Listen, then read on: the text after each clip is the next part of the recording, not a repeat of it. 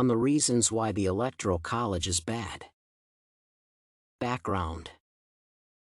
The Electoral College is the voting system used in the United States, and it was established in 1788 through Article 2 of the U.S. Constitution.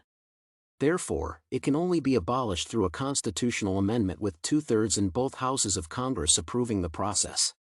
Voters elect their preferred presidential candidate, but the winner is decided by the Electoral College, which makes the process an indirect vote, hence controversial, as explained below.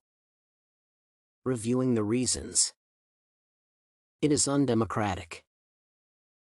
In a democracy, citizens are supposed to choose their presidents directly, which is a representation of their will.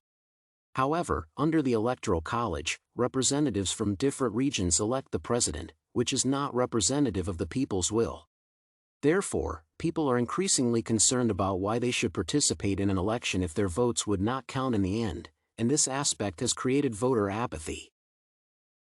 It gives swing states too much power.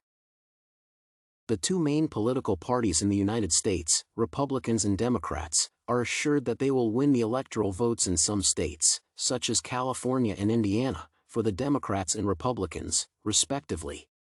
Therefore, the focus shifts to the swing states with presidential candidates focusing on these regions during campaigns. Therefore, the red and blue states do not get much attention, which is unfair. It ignores the will of the majority. In 2016, Hillary Clinton won the election's popular vote by over 1 million votes. However, Donald Trump won the electoral votes, and thus, according to the Constitution, he became the president. This aspect contravenes the spirit of democracy, where the will of the majority should be respected based on the number of their votes. Reasons for the formation of the Electoral College are no longer relevant. The Founding Fathers feared that an uninformed population would make the wrong choice when electing the president. However, the technological revolution of the 21st century allows people to be sufficiently informed about the political and voting process, together with the involved candidates.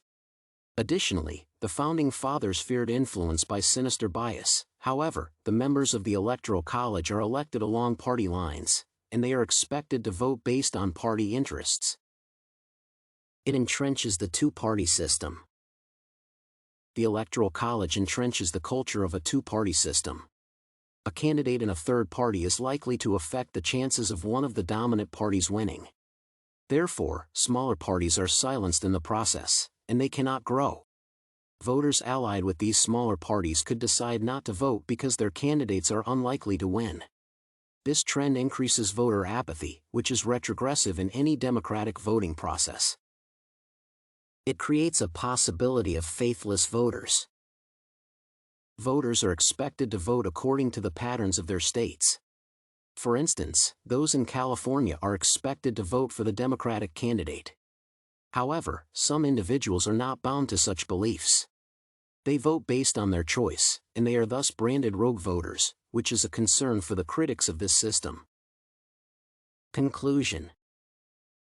The bottom line is that the Electoral College system of voting is bad for democracy. The United States is a mature democracy, and it should thus adopt voting laws in tandem with such status. Abolishing the Electoral College would significantly improve the chances of apathetic voters engaging in elections.